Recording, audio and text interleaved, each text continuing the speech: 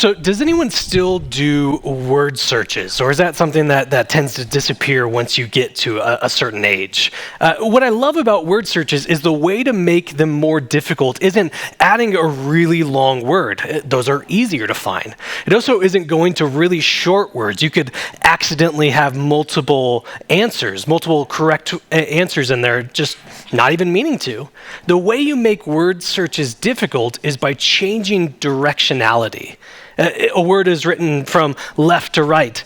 Man, that's how I was taught how to read. That's easy. Diagonal, that's just left to right but fancy. I got this. Backwards, now we're starting to get somewhere.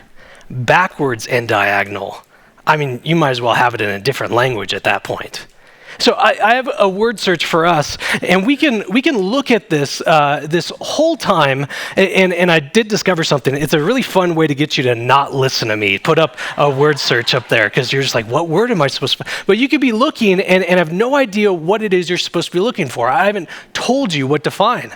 I could tell you, hidden up there is the team name of the recent Stanley Cup champions, and you could look and still maybe miss it. I could tell you it's backwards and diagonal, and some of us still wouldn't find it. It's not until the answer is pointed out to us that it starts to emerge. It was right there the whole time, but it just wasn't what we were expecting, so we didn't see it. Or it's like pictures where there's an animal there, but it's an animal really adept at camouflage. We can look, and I know you're really far away from this picture, so I've taken something difficult and made it nearly impossible. We can look at this picture, it just looks like a cliff, and miss what is happening there. I can tell you there is a leopard in this picture, and we still wouldn't be able to see it until we're told, even when it's circled for us. Maybe we even zoom in a little bit. Maybe we still don't even see it, but it slowly emerges in there that there's a face that starts to be looking back at us. If and when we do see it, afterwards we can look at that very same picture again and see nothing else but it. The animal emerges, we see it, and there's nothing else we can see other than that. Let's try one more.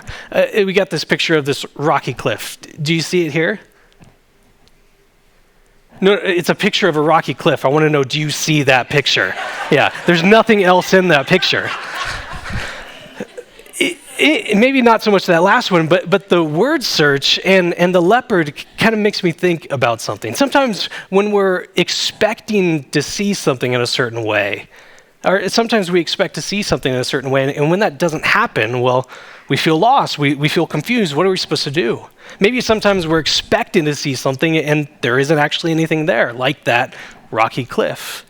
Maybe other times we're told something is there, or we're looking for it, and we can look, but it doesn't show up in the way that we expected it to. Like those darn backwards, diagonal word searches. It doesn't show up as we expect it to. We talked a lot at the beginning of our series in the book of Luke of how much expectation there was at the time of Jesus. For Israelites, it's been 400 years since they heard from God. 400 years between the end of the Old Testament and the start of the New Testament. And throughout that time, they've been conquered, then freed, then conquered, then freed, and then conquered again. They're currently under Roman rule, unable to live as they think God has called them to live, unable to worship as they think God has called them to worship. So you get this sense of desperation as they read through that Old Testament and they hear what God used to do, how he used to lead his people, how he used to guide them, how he used to give them grace and mercy, the means to cover their sins. Don't you hear like a sense of desperation, a sense of longing, of expectation? When will one come who can be a king like David, one to lead the people? God, you said a king would come. Where is he? When will one come who's a prophet, who can speak God's words to guide the people, one who surpasses even Moses? God, you said he would come. Where is he? When will one come who could be a priest like Aaron, who can help guide the people and lead them away from their sins to atone for sins? Where is he? Then we get to the ministry of Jesus, and this question keeps coming up, explicitly or implicitly: is he the one? Is he the one that we're waiting for? The one we've been expecting? But, and I'm sure it's frustrating, Jesus keeps refusing to answer that question. When he does a miracle, he says, don't tell anyone what you saw today. He keeps telling people to be silent and not tell anyone of what he is doing. All the more leading to this question: is he the one? And Jesus has been going towards Jerusalem. Ever since chapter 9, it says he set his face to go to Jerusalem, the holy city. And we've had 10 chapters now of Jesus is heading towards Jerusalem. He's going to Jerusalem. He's going to Jerusalem. It's building this expectation. Is something going to happen? Is he going to reveal who he is? And we get to our passage today where Jesus goes into Jerusalem. And we see that he is that expected one. Only he comes in a rather unexpected way. Like a word we're looking for, but it's backwards diagonal. Like a leopard that we just can't seem to see. It's there in plain sight, but it's not what we're expecting. Essentially what we could say about our passage today is, unexpectedly, Jesus comes as the expected king, prophet, and priest. Israel has been waiting. When will a king come? When will a prophet come? When will a priest come? And Jesus is that expected one, but he comes in an unexpected way. So let's take that first title first. Jesus comes as the expected king. And we see this in the passage that Shelley read for us earlier, that of the triumphal entry, one that we normally read at Palm Sunday, which shows Jesus entering into the last week of his life, entering into Jerusalem. Rather than rereading it, let me just make a couple comments. I find it interesting that the bulk of his entry actually takes place before he enters in. We have this account of him sending the disciples to go and get this colt, this young animal that Matthew more specifically tells us is a young donkey. And there's a lot of questions as to what's going on here. Does Jesus prove that he has foreknowledge, that he's able to see what will happen, what is in the future? And so that's why he sends them. There's a colt there. They'll let you take it. Just you can go and do that. Or is this like some sort of prearranged thing where Jesus set it up in advance and the Lord has need of it, is almost like a passphrase that shows that it's going back to Jesus? Honestly, we don't really know. I think it's more of the first one, but I think it's less important of how Jesus gets the colt than the fact that he gets on it. And we see the significance come out as we read through it. Let me reread verse 35 for us. So, this is the disciples, brought the colt to Jesus, and throwing their cloaks on the colt, they set Jesus on it. And as he rode along, they spread their cloaks on the road. I don't have it up there, but I'm going to read verse 37 as well. And as he was drawing near to Jerusalem, already on the way down the Mount of Olives, the whole multitude of his disciples began to rejoice and praise God with a loud voice for the mighty works that they had seen. So this is a really intentional, deliberate, symbolic act. You don't often react this way when someone is sitting on a donkey, but all of Jesus' disciples are doing so many incredible things, laying cloaks on the road. They're singing songs. They're praising things. They're walking down the Mount of Olives. All of these are deliberate, symbolic pieces that are showing us that something significant is happening here, let alone the fact that Jesus is on the colt. You see, normally when people were going into Jerusalem at feast times or for festivals, they would walk into the city. Even if they rode an animal all the way to get to Jerusalem, which they travel from all over to do so. They might ride an animal for convenience. They would get off and walk that last little bit into the city. This was almost like to show their seriousness, a little bit of like religious type work. Then you have Jesus, who walks everywhere. Every single account of him that we have of him traveling is walking, except when he goes into the city. Him doing this reversal of what's expected, shows us that something significant is happening.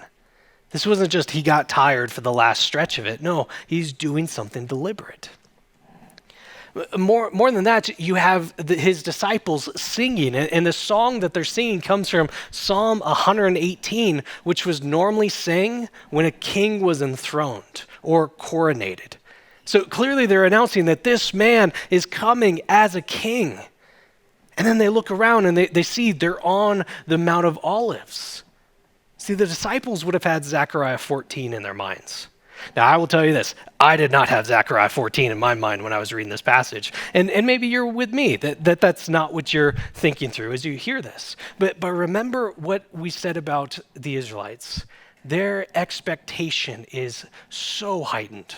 They are waiting for this king to come. They would have been reminded of all the promises God made of what he would do. They would have been reminding themselves about that, hoping that every time that they feel the oppression under Rome, they would have been thinking about passages like this. This is Zechariah 14, verses 3 through 5.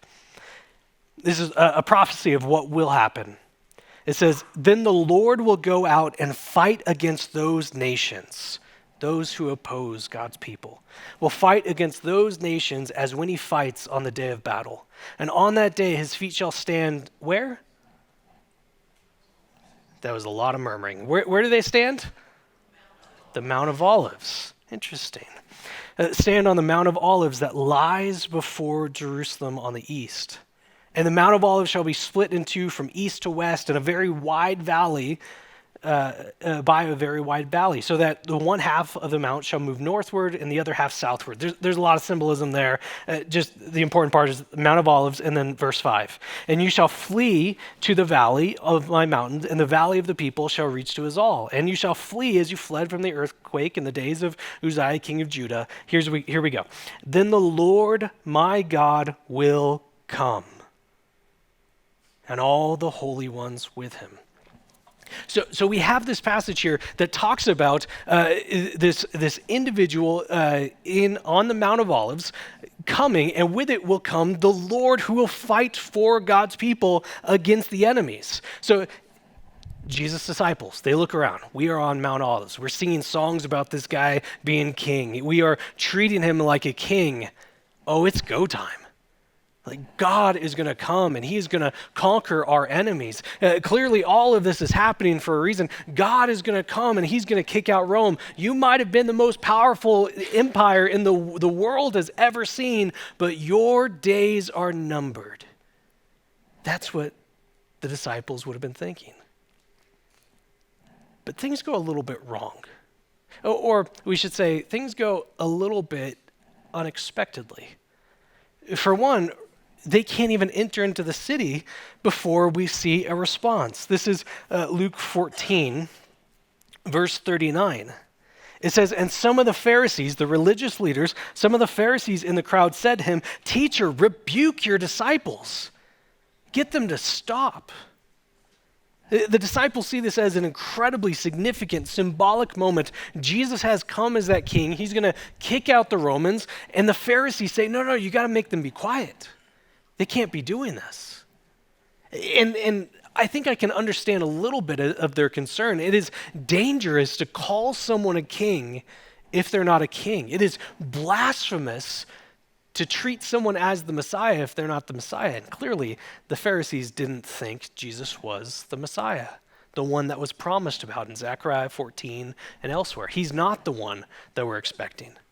And for them to not recognize Jesus is the Messiah, well, that clearly must be right, because who is the one leading this charge? Well, it says it's Jesus' disciples.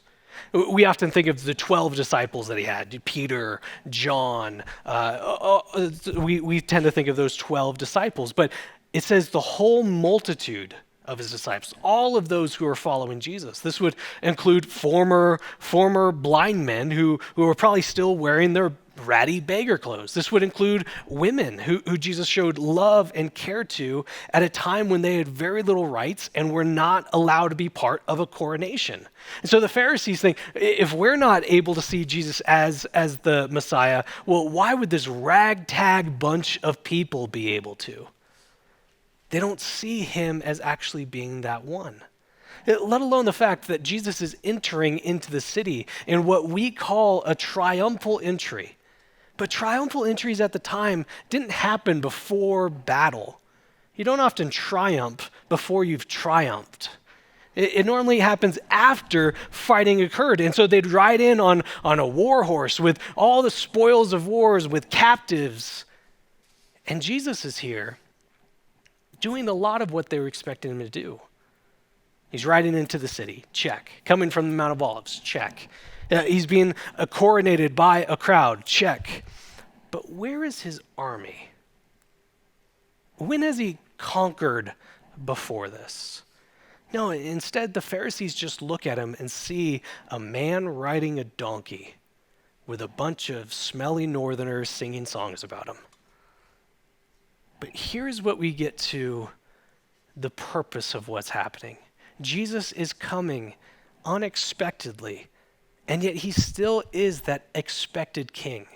By him focusing on a few of the symbols, embracing part of what was supposed to be done for a king, he is showing he is the one who was promised.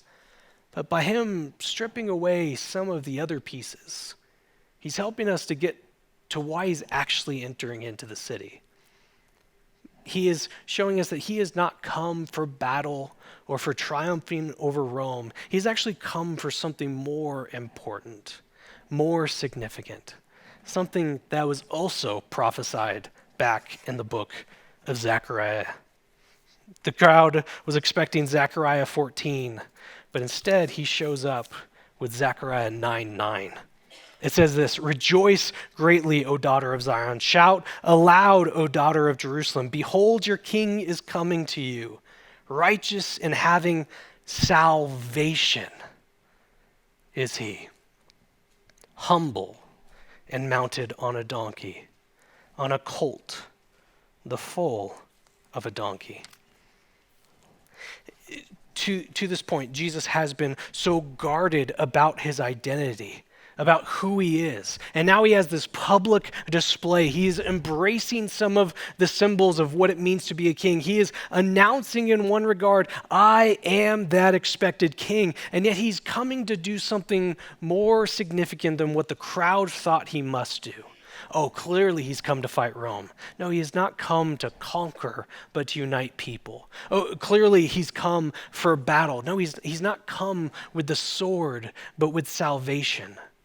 He is that expected king, but he's deliberately entering in a way that is showing that he is coming in an unexpected way. Because you do see him embrace that kingliness. The Pharisees say, rebuke your disciples, make them be quiet. And Jesus says, make them be quiet? I mean, you could try, but then the stones will sing out instead. Them stopping singing doesn't stop me from being king.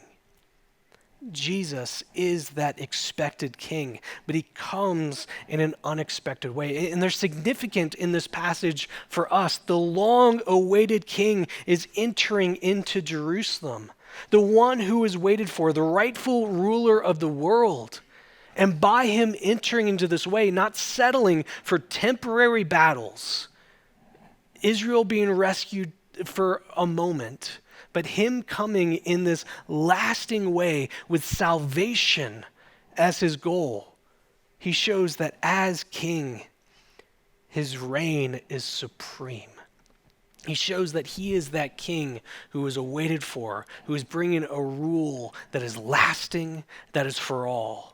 A rule that is based in salvation rather than battles. A rule that is based in the uniting of people rather than the kicking out and conquering of others. There will be a day when Zechariah 14 comes, but here we have humility. Here we have peace. Here we have Jesus as the long-awaited ruler. And what we see for us is that as a king, he is due all that a king is due. Allegiance, obedience. And as the king whose rule is supreme, we give him all we are, all we have. This isn't because he's needy. This isn't because he needs this from us. The rocks can take over if we fail. But instead, what we see in Jesus entering in this way, bringing salvation, is that he is the ruler that we need. He is the rightful king over all who brings guidance and direction and peace and salvation in his ruling. He has come to right all wrongs, not with battle, not with war, but instead he comes with the cross. He enters into the city to bring salvation. And instead of triumphing through battle, he triumphs to the cross. And that is unexpected. Jesus is that expected king, but he comes in an unexpected way. He demonstrates that with how he enters. He demonstrates that with his obedience even to the cross. Second title that we have in our passage, unexpectedly, Jesus comes as the expected prophet. And we see this in the next section. This is Luke 19, starting in verse 41. It says, and when he drew near, this is Jesus, when he drew near and saw the city, he wept over it, saying, would that you, even you, had known on this day the things that make for peace. And now they are hidden from your eyes. For the days will come upon you when your enemies will set up a barricade around you and surround you and hem you in on every side and tear you down to the ground, you and your children within you. And they will not leave one stone upon another in you because you did not know the time of your visitation. We said that Israel was waiting for the day when someone would come as a prophet who would speak God's words to come and to guide the people to say what it is that God was saying to all of them. So Jesus shows up and he starts to speak like a prophet does. You all have turned away from God, and there's eagerness here. Yes, tell us, how do we get back? What are the good things God has in store for us? How is he going to rescue us? How is he going to show us grace and mercy? And Jesus finishes the sentence by saying, you will be destroyed. That's unexpected. And for us, reading this passage is unexpected as well. We just said Jesus entered into the city not as a militant ruler, but instead he enters with a sign of peace and humility. He goes from Jesus has not come to bring war, but peace, to now because, as the prophet, because you haven't accepted peace, you will lose a war. And both of these go together, I think. Because Israel rejected their peaceful, rightful king, which we already saw in the last passage, the Pharisees started to do that, rebuke your disciples from saying what's true. Because they reject their rightful, peaceful king, there will be a day when they're destroyed. And what's fascinating to me, Deuteronomy 18, we don't need to turn there. You can read it later, so you're not just trusting that I'm making this up. Deuteronomy 18 is the passage that says, there will one day come a prophet who surpasses even Moses. And Moses was one of the most important people to Israel who guided and led, and God spoke through in such incredible ways that have never been seen again since. And one who will come who's a prophet greater than Moses. Deuteronomy 18 also tells us the sign by which we can know if a prophet is a true prophet or not, which is, does what they say come to pass? If I'm up here saying, oh, I'm a prophet, I'm making up all these things and none of them happen, you would start to question my prophethood? Profitability, we'll say that one. You would question that about me. So does what a prophet says come to pass? That is the sign of whether or not they're a true prophet. Jesus says that Jerusalem will be destroyed. Soon after Jesus dies, that's exactly what happened. And to this day, in the temple, all save one wall has not even been rebuilt to this day. Stones were left off of, stones were taken off, stones stripped, burned to the ground, ravaged. To this day, the temple itself, all but one wall is yet to be rebuilt. Now, before we think, oh, how cool is it that he was able to see this all the way back when he was on earth, he could see such a thing happen. No, this should cause us to weep. That's how Jesus responds to this. He weeps.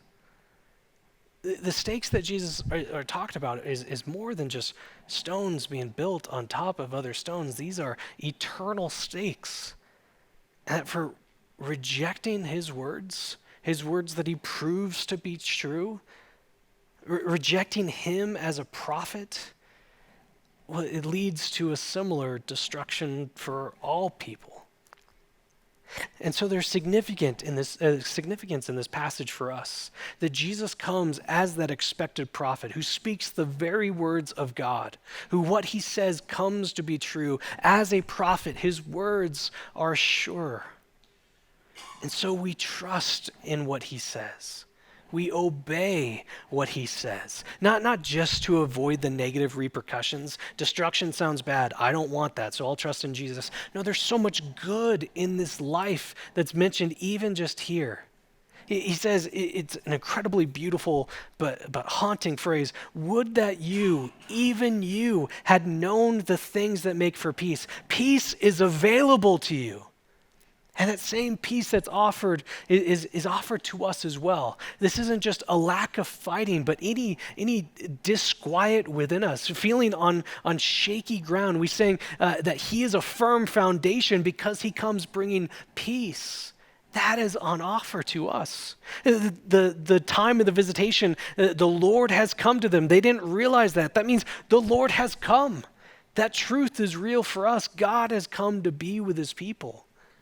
His teaching here is that life is available with God and the peace that comes from that. And so we turn to him, we trust in him, because in his words we find a way to live.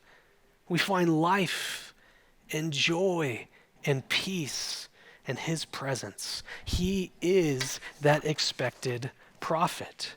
But like a backwards diagonal word on a word search, it wasn't noticed. It was missed. People weren't expecting it to come in that way. But he is that expected prophet. Third title that we have, unexpectedly, Jesus comes as the expected priest. Let me read Luke 19, starting in verse 45. It says, and he entered the temple and began to drive out those who sold, saying to them, it is written, my house shall be a house of prayer, and you have made it a den of robbers. And he was teaching daily in the temple, and the chief priests and the scribes and the principal men of the people were seeking to destroy him, but they did not find anything they could do, for all the people were hanging on his words. So the temple was the center point of religious activity for the Israelites. It served a variety of functions, but none more important than the sacrificial system. See, God is perfect and holy and good. And any deviation from any person, from the standard that he sets for us, is sin. And that sin needs to be atoned for. See, until that, we cannot draw near to him. We can't even properly worship him. We can't be in any sort of relationship with the God of the universe, which is, we were designed to be in relationship with the God of the universe. And so this sin needed to be accounted for, needed to be atoned for. It needed to be covered. And so God introduced a way to show the seriousness of sin, the significance of sin, that by having an animal sacrificed, that could be a covering, an atonement for sin at the time. Now, I want you to imagine this. You live far outside of Jerusalem, and you are traveling into the city to sacrifice an animal on behalf of you and your family. That's a long walk that you got to go. And so you need to bring provisions for you and your family to make the journey. You need to bring things to stay comfortably. If you're having to stay outside the city, you might need something to sleep on, perhaps. You'll need to bring things to protect yourself. The roads were really treacherous. People would come because they saw people are bringing money into the city. What if we just take that money from them? And so thieves and robbers are all around. You need to protect yourself. To add animal and things to care for an animal to your packing list, well, that's going to make that journey even more difficult. And so an enterprising mind at the temple thought, well, why don't we just sell animals and grain here? So rather than people having to cart their animal all the way out here, rather than them trying to take care of it because if it gets a blemish on it, then you can't sacrifice it, rather than them having to do all that work, what if we just sell it here? Wouldn't that be so much easier? Wouldn't that be a kindness to do? And then someone else thought, well, if they're relying on buying an animal here, they walk all this way, the sole purpose of them coming is to sacrifice an animal, can't I pretty much charge them whatever I want? I mean, what are they going to do? Walk all the way back home, get an animal, walk all the way back out here with it? And so they turned getting in good standing with God into a thriving business. And Jesus comes in and he kicks out all those who sold, kicks them out of the temple, removes them. He says, you have turned this into a den of robbers. They've becoming in good standing with God into a business. And the response of that is that we see the chief priests and the scribes and the principal men, the leaders of that area are seeking to destroy Jesus. This is no longer, we don't like some of the things Jesus is doing, or Jesus and I don't see eye to eye on things. No, they want to destroy him. Why? Well, he got rid of their revenue stream. And what we see is that Jesus kicks them out, and I think we get a little bit more symbolism. He removes those who are selling things. He gets rid of those who sell animal and grain, and what does he replace them with? Himself. The very next verse kicks out those selling. Next verse, and he was teaching in the temple. He removes those who were selling animals and the things for sacrifices, and he replaces it with himself in the temple. Jesus is the expected priest, one who would come and help people get in good standing with God. But rather than being part of the existing system, rather than offering sacrifices and grain offerings himself, he instead replaces that with himself. See, Jesus is that expected priest, and as priest, his sacrifice is sufficient. He doesn't just rely on what was there before. He comes in an unexpected way. He comes in a new way. He offers a sacrifice instead that doesn't need to be repeated. It doesn't need to be paid for. You don't need to exchange money for it. You don't need to come to some place and offer it year after year. You don't need to offer a new sacrifice every time that we fall short of God's perfect standard. He instead offers a sacrifice that's sufficient by going to the cross. This is so utterly fascinating. In these three accounts, we see why Jesus goes to the cross. In a simple way, Jesus comes entering the city as a king in a very public announcement. And that's why the cross happens. Jesus comes as a prophet, saying that Jerusalem will be destroyed, and that's why the cross happens. Jesus comes into the temple and disrupts the practices that were happening. That's why the cross happens.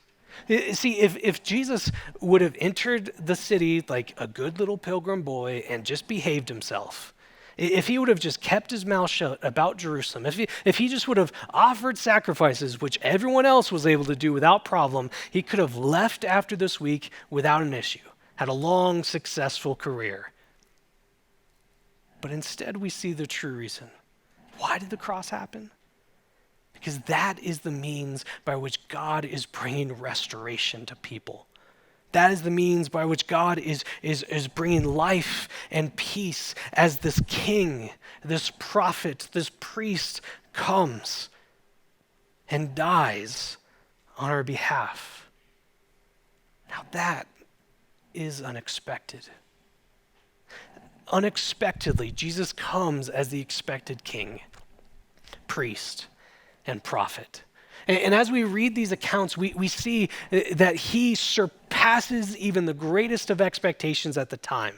See, as king, his reign is supreme. He's not just ruling over one city, one nation, but instead he is ruler of the universe. And in response to that, we turn to him, we obey him, we look to him for all guidance in life. As prophet, his words are sure. He doesn't just say some things, but you need to be around him or receive a letter from him. No, his words ring true through all generations. And all generations turn to him for guidance, for direction in life. As priest, his sacrifice is sufficient. He doesn't just offer a necessarily repeatable sacrifice every year or daily. Whenever we mess up, instead he offers a once and for all sacrifice of himself. And see, these truths that we see here, this surpassing all expectations at the time, this isn't just something that we can be passive about.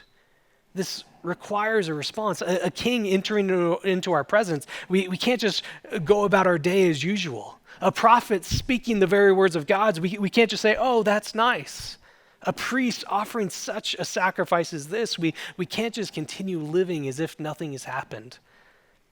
And we see this in light of the poor responses in each one of these sections that we read. The Pharisees try to get Jesus to rebuke his disciples. Jerusalem misses that the Lord has visited them. The chief priests, scribes, and leading men seek to destroy Jesus. All of them miss what's going on. All of them respond in just the absolutely wrong way. When we compare this to last week, when we think of the blind man who is unable to see Jesus and yet responds well to him, when we think of Zacchaeus who's unable to see Jesus because of the crowd and yet responds to him, what is it that the blind men see that others do not? See, I bring this up, and I've been hitting the significance for us because my worry is that we, maybe in this room, or we as people, might be at risk of doing the same thing. We're all looking. Like the Pharisees, we're expecting this king, the priest, the prophet to come. They were looking for him. The chief priest would have done the same. All of Israel would have done the same. We're all looking. We're looking for direction in life. What are we supposed to do? How do we live? But we might miss that the king has come, offering guidance and life that's for our good and for his glory. We're all looking for something that brings peace, that makes us feel at ease, that quiets some of the disquiet that is within us. And we're all looking to things in this world that might give us a little bit of that, a little bit of hope. And yet, all things in this world come to an end. And whatever we think that might give us a little bit of peace, well, it has an expiration date on it. All of us are looking for some sort of satisfaction. We're looking for something permanent. We're looking for something that gives us meaning, significance. We're all on a quest for significance. And yet what we see is that we continue to not be able to create that for ourselves. Israel was looking for this, and yet they missed it. They missed their king. They missed their prophet. They missed their priest. And Jesus said to them, would that you, even you, know the things that make for peace, but they were hidden from their eyes. But in this being recorded, in Jesus in such a public way, announcing that the king has come, the prophet has come, the priest has arrived, we see that these things don't have to be hidden from us who are looking for these things. So behold your king. Behold your prophet. Behold your priest. Behold your God. Behold your Jesus. He has come.